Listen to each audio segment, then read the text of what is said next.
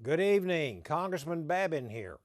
I just finished attending President Trump's third State of the Union, and what a powerful and optimistic message he delivered to all of Congress and to the nation. The theme of his speech was very clear and appropriate: the great American comeback.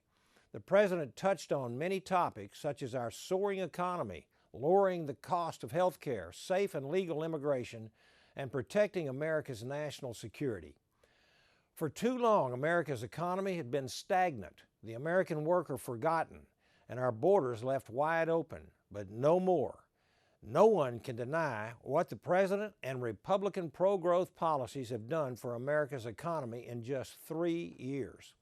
Since Donald Trump was sworn into office in January of 2017, more than 7 million jobs have been created. In the great state of Texas alone, we've seen 895,000 new jobs added to the market, including 77,000 manufacturing jobs. This booming economy has benefited the middle class and blue-collar workers tremendously. We currently have the lowest unemployment rate in 50 years. For African American and Hispanic Americans, unemployment rates are at the lowest they've been in history. Millions of Americans have risen out of poverty and have been given the opportunity to rejoin the workforce. In fact, more Americans are employed today than ever before, and they're taking home more of their hard-earned money than they have in a very long time. President Trump has strengthened America's trade by signing the U.S.-Mexico-Canada agreement, which will create 176,000 additional American jobs and generate $68 billion in economic growth. If that's not enough, Trump has also signed Phase 1 of the new trade agreement with China, helping America's farmers and ranchers tremendously. Under this president, and with the help and leadership of the Lone Star State, I'm proud to say that America is now energy independent. We no longer rely on other nations to meet our energy needs. And this is huge for long-term sustainability and national security. Obamacare and the high cost of health care plagued the American people for years. Well, tonight, the President has called on Congress to support the administration's efforts to lower the cost of health care while continuing to provide the highest standard of care in the world, but with access to the most innovative cures and medical breakthroughs. Clearly, socialism is a rising force in the Democratic Party with very specific ideas for our health care system. If implemented, these policies would completely destroy health care as we know it by removing access and choice from the hands of the American people. Folks, history has proven that socialism is never the answer.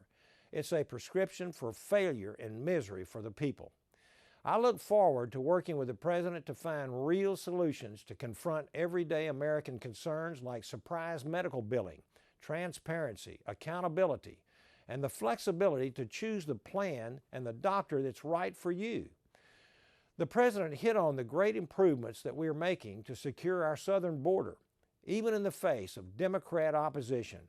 It's astounding how much progress that Trump has made over the last year with zero help from Democrats in Congress. In May of 2019, U.S. Customs and Border Patrol agents apprehended 144,000 illegal aliens who broke our nation's laws and crossed the southern border. And mind you, that was just 1 month.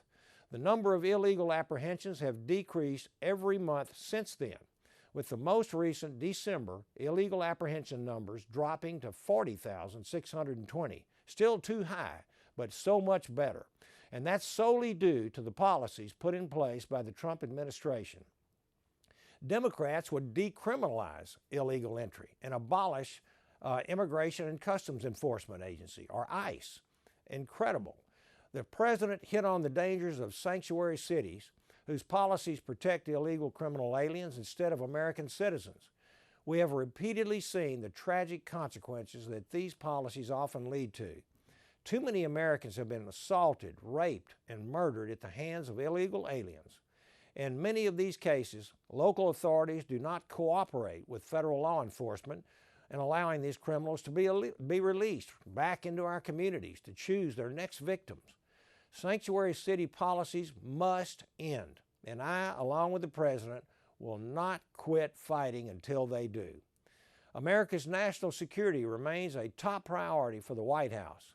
While the President provided an update on America's diplomatic and military efforts around the world, I'd like to point out that in the last month alone, President Trump has protected the American people by taking out two of the worst and most wanted terrorists in the world.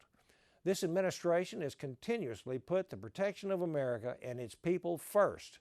This will not change. And as a veteran myself, I strongly support the President. Tonight, we heard the President make many promises to the American people. But if there's anything that we've learned over the last 3 years, it's that this President keeps these promises. America is winning, and there's no doubt that we are better off now under President Trump than ever before. Thank you, and may God bless you, Texas, and the United States of America.